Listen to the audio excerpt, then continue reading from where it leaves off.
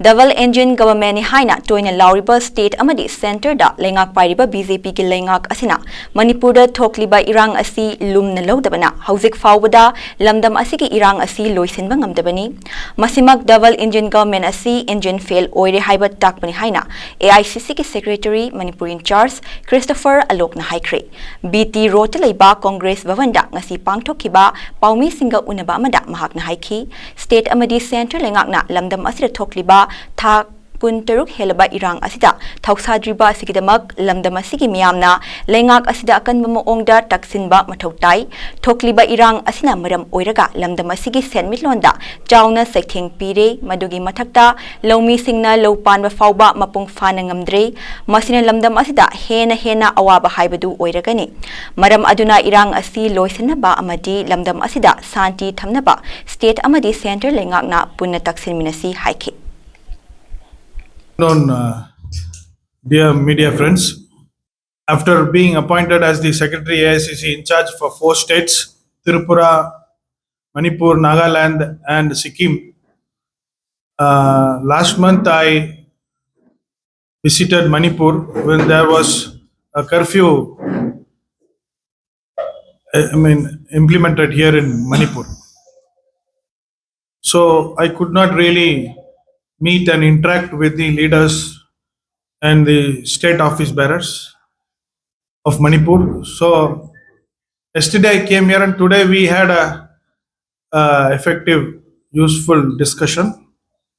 And in my last visit also I met a couple of leaders to understand what is the situation in Manipur.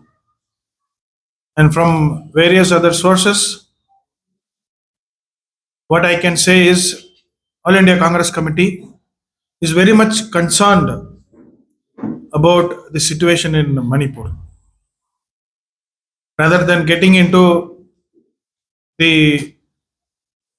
day-to-day affairs and what has happened in the last couple of months,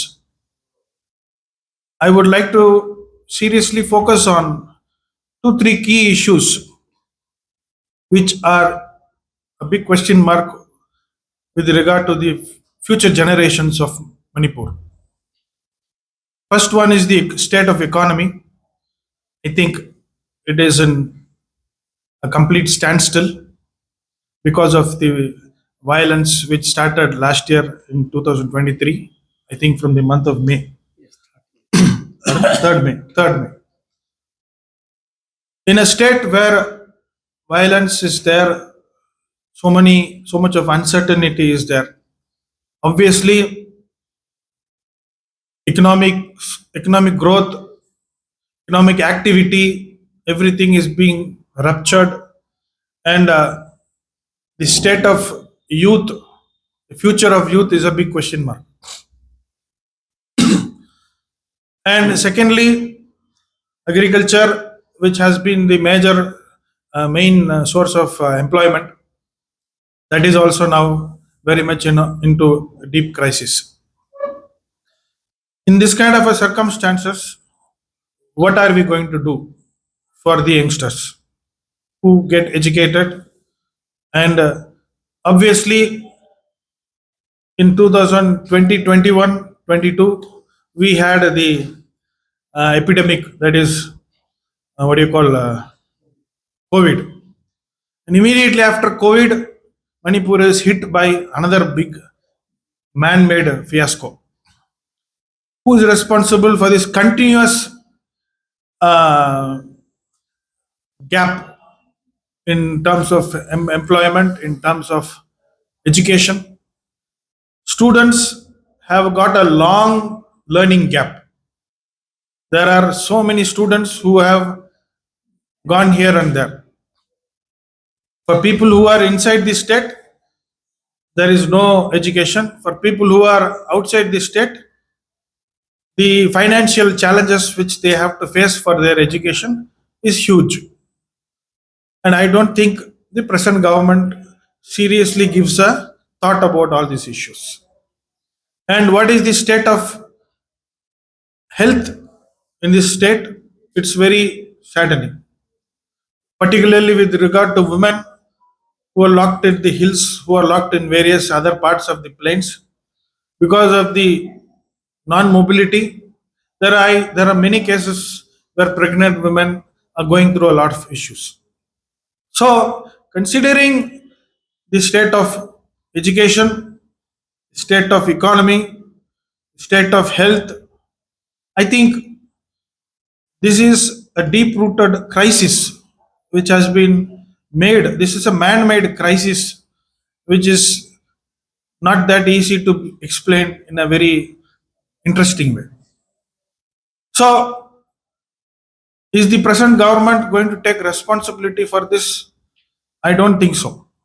They are busy with their political activity, they are busy with their politics, and they are busy with giving false promises. And last month, I think I saw a letter from the CM asking for help from the Prime Minister. Correct? Huh? Both are, they claim to be the double engine Sarkar. This engine is asking that engine, and both engines are not functioning as far as Manipur is concerned. So, the people of Manipur have clearly shown their anger, their angst against this particular government in the Lok Sabha election. They have voted for Congress, which is a clear indication, and is also it's also sending a message to the Congress party also that we have to also put pressure on the existing state government and the central government to come out with a peaceful solution. See, on the one side, there are states which are growing because there the investment is increasing, the status of education, employment, everything is increasing. And in the other side, states are caught up in the regional issues where violence has become the day to day affair. And when violence is so much rampantly visible, I think the plight of youth and women is in a very critical situation. So, keeping this macro picture in mind, I think we Congress party would surely urge and put pressure on the state government and the central government through various means. As an opposition party in the parliament, we will surely put pressure to come forward with a peaceful settlement, peaceful solution. And even if things come to normalcy at the earliest, it will take at least a couple of years to bring back Manipur to its original state of affairs. So, a lot of confidence building measures have to be taken care. A lot of trust has to be developed, which all takes a little bit of time. A lot of healing is required, which will surely take time.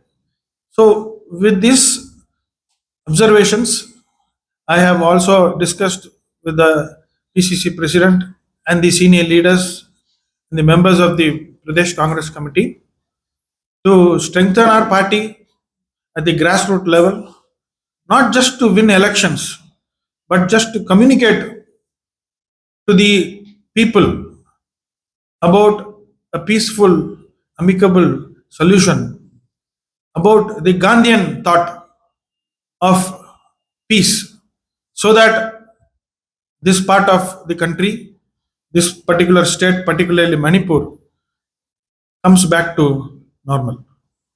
Thank you very much.